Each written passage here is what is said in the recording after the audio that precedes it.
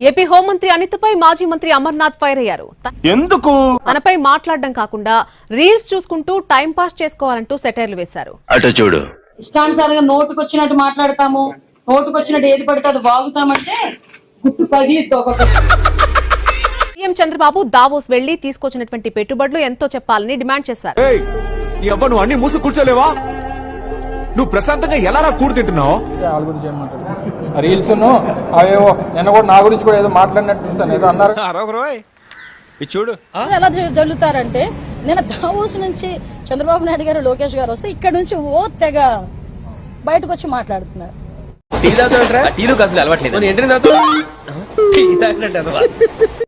అదే దావోస్ 4 సార్లు అక్కడ సబ్మిట్ జరిగితే ఒకసారి వెళ్ళి జగన్ అధికారంలోకి వచ్చాక ఒకే ఒక్కసారి దావోస్ ఆర్థిక సదస్సుకు, అది కూడా అన్యమనస్కంగానే హాజరయ్యారు.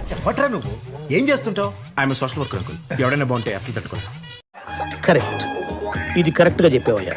తర్వాత నుంచి ఆ ఒక్కసారి వెళ్ళిన రోజు కూడా తిన్నాళ్ళలో తప్పిపోయిన కుర్రోడ్లాగేమో బిత్తర చూపులు చూసుకొని how much percentage of it was with foreign companies? Sister, no English.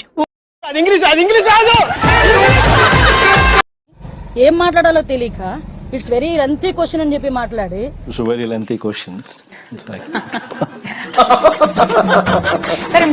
బయటకు వచ్చేసారు. మళ్ళా ఎందుకు వెళ్ళలేదయ్యా అని అడిగితే అబ్బోబ్బో చలి -5 డిగ్రీలు, మీరు ఎందుకు దావోస్ వెళ్లడం లేదు అని ప్రశ్నిస్తే చంద్రబాబు వెళ్లి మాత్రం చేసిందేంటి అంటూ వింత ప్రశ్నలు. చలి స్నానం చేయలేము, మా గడ్డ కట్టేసింది, మా సెక్రటరీ పడిపోయాడని చెప్పి కబుర్లు ఆడారు. అంత చలి ఉంటే స్నానం చేస్తామా అంటూ వైసీపీ ప్రభుత్వంలో పరిశ్రమల శాఖ మంత్రిగా ఉన్న గుడివాడ అమర్నాథ్ పలుకులివి. మరి ఇంకేం చేసావయ్యా అంటే గుడ్ అంటాడు.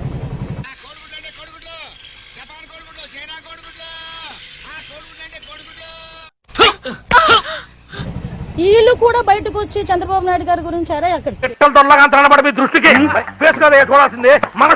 వెళ్ళిన తర్వాత చంద్రబాబు నాయుడు గారు లోకేష్ గారు నిజంగా 3 రోజుల పాటు మనకు ఉన్న భౌగోళిక అంశాలు ఎలా ఉన్నాయి, మన కోస్టల్ ఏరియా ఎంత ఉంది, ఏ పెట్టుబడులు పెడితే ఇక్కడ వాళ్ళకి లాభాలు చేకూరుతాయి, వాళ్ళకి ఎటువంటి ఫెసిలిటీస్ కావాలని ఇస్తామని అని బిల్ గేట్స్ లాంటి వ్యక్తే ఆ రోజు చంద్రబాబు నాయుడు గారితో కలిసి కూర్చొని మాట్లాడుకుని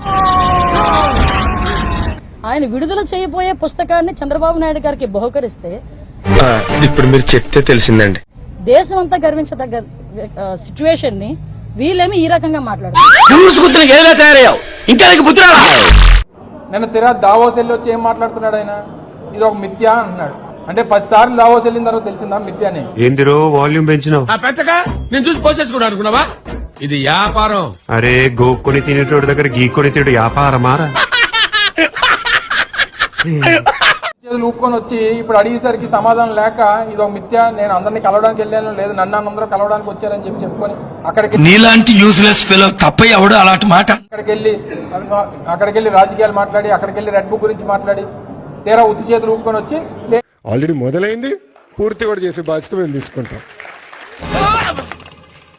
లేనిపోయినటువంటి ఆరోపణలు చేస్తా ఉన్నారు. ఇవన్నీ కూడా ప్రజలు గమనించాలి. తప్పు చేయబట్టే కదా మేము 11 సీట్లకు వచ్చాం.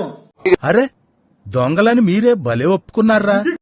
దయచేసి పోనీ మిథ్యాన్ని తెలుసుకున్న తర్వాత మళ్ళీ ఇంకొక 20 కోట్లు మళ్ళీ వచ్చే సంవత్సరం ఖర్చు పెడతారా లేదా? నువ్వెవడరా మధ్యలో? అసలు నువ్వెవడేరా మధ్యలో? దీని గురించి ఏం చేస్తారనేటువంటి వేచి చూద్దాం. కారు చూపే నంది ముందు రంగు మార్చిన పంది, కారు కూతలకు వస్తే కపాలం పగిలిపోతే. తీరా అడిగితే మేము వచ్చిన 7 నెలల్లోనే 3 లక్షల కోట్లు పెట్టుబడి తెచ్చా ఉన్నారు. ఎక్కడ తీసుకొచ్చారు? ఆ మాట నువ్వు చెప్పకూడదు. ఎందుకు చెప్తున్నావు? ఆ మాట నువ్వు చెప్పకూడదు. రాజీనామా చేసిన తర్వాత అది ఎవరికి వెళ్తుంది, ఏంటి వెళ్తుంది అనేటువంటిది అనవసరం. వారి వ్యక్తిగతమైనటువంటి కారణాలతో రాజీనామా చేస్తామని చెప్పారు.